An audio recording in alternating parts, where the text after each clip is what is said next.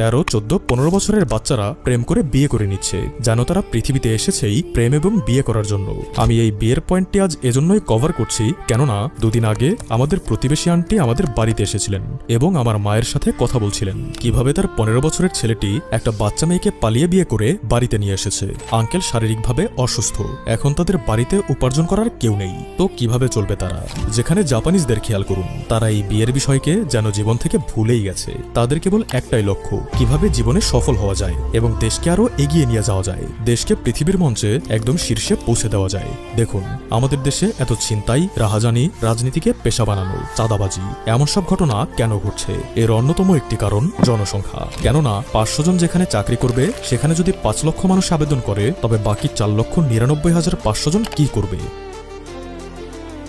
তাদের মাঝে কেউ রাজনীতিকে পেশা বানাবে, নেতার সাথে ছবি তুলে ক্যাপশনে লিখবে প্রিয় অভিভাবক। তাদের অনেকেই কোনো কিছু করতে না পেরে নেশার সাথে জড়িয়ে যাবে, অকারণেই আন্দোলন মিছিলে যাবে, দিনে 100 টাকা আর 2টো সিঙ্গারার আশায়। চাঁদাবাজির ধান্দায় থাকবে, যেন কিছু টাকা সেখান থেকে ইনকাম করতে পারে। চিটারি বাটপারি করে কিভাবে কারো পকেট থেকে 2 টাকা মেরে নিয়ে আসবে, সেই ধান্দায় ঘুরবে। তো এই হলো অবস্থা। তাই আমাদের প্রথমে নিজেদের ভালো হতে হবে, তবেই এই দেশ ভালো হবে। না হলে এমন হাজারো জুলাই আসলেও দেশে পরিবর্তন আসবে না।